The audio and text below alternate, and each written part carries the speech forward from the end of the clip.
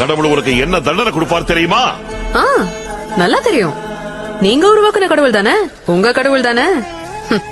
இத செஞ்சா பாவம், அத செஞ்சா பாவம், இந்த பாவத்துக்கு அந்த பரிகாரம், அந்த பாவத்துக்கு இந்த தண்டனைன்னு எதுக்கு எடுத்தாலும் பயம் பயம் பயம்னு பயத்தை வச்சுதானே உங்க கடவுள் ஓட்டிட்டு இருக்காரு. பணக்காரங்களை சீக்கிரம் பாப்பாரு, ஏழைங்களை கியூல நிக்க வைப்பாரு, கொலை கொள்ள பண்ணவங்களுக்கு கூட VIP தரிசனம் கொடுப்பாரு. கொஞ்சம் காசு கொடுத்தா போதும், பாவத்தை ஈஸியா மன்னிச்சிருவார்ல. இதானே உங்க கடவுள். போதும், உங்கள மாதிரி ஆளுங்க கடவுளை காப்பாத்தினது போதும். அவரே காப்பாத்திக்குவாரு. இப்படி பேசுறதுக்கு எவ்வளவு காசு வாங்கின? 11,000 ஏக்கர் நிலத்தை மக்கள் கிட்ட இருந்து ஏமாத்தி புடுங்கி ஆசிரமம் கட்ட பெர்மிஷன் வாங்க நீ எவ்வளவு காசு கொடுத்தியோ அதை விட கம்மி தான். என்ன நினைச்சிட்டு இருக்க நீ? இஷ்டத்துக்கு பேசுற. அவரை பத்தி என்ன தெரியும் உனக்கு? எனக்கு தெரியறது இருக்கட்டும், உங்களுக்கு என்ன தெரியும் இவரை பத்தி? குடும்பத்தை சமாளிக்க முடியல, ரொம்ப கஷ்டமா இருக்குன்னு தானே இவர்கிட்ட போனீங்க.